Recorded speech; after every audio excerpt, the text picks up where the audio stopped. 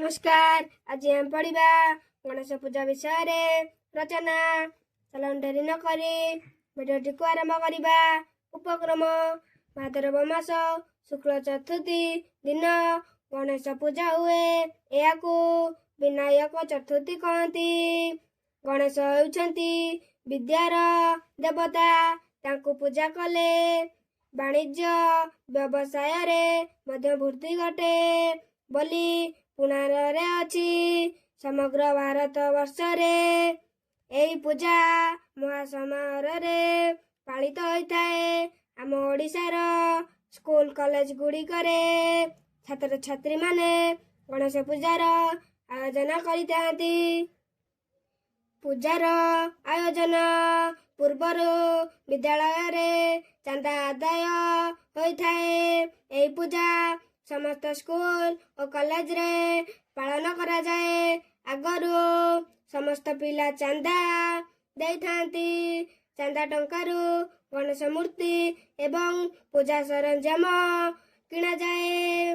निमंत्रण पत्र बंटा हुए। पिला माने रंग बेरंगर कागज आनी समग्र स्कूल को सजासजी करती। स्कूल झरका दुआर आदि रे आंबपत्र तोरण बांधती। केतेक विद्यालय रे भोजीर मध्य आयोजन करा जाए। पूजा पालन पूजा दिन सकाळु समस्त छात्र छात्री नड़िया कदली धूप मोमबत्ती इत्यादि जिनिष धरी आसंती। सेदिन प्राय समस्ते नुआ पोशाक पिंधि थांती। उक्त दिन भोरु छात्र छात्री माने उठी नित्यक्रम करी नुआ जामा पिंधि फूल माला और भोग धरी विद्यालय को आसंती।